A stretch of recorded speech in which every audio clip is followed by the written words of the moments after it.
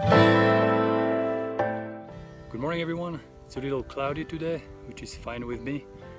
I have one goal today, is to finish section 32. So I'd better get going. I'll talk to you later.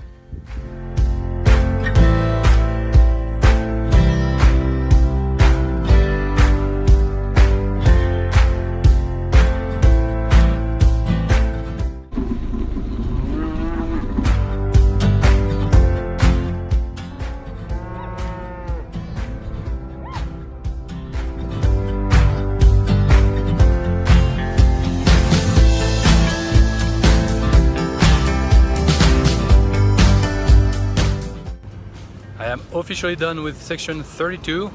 I'm in Dove Creek, Colorado, and I'm gonna start section 33 on my way to Moab, Utah. So I got some gas and I'm good to go. Hey buddy.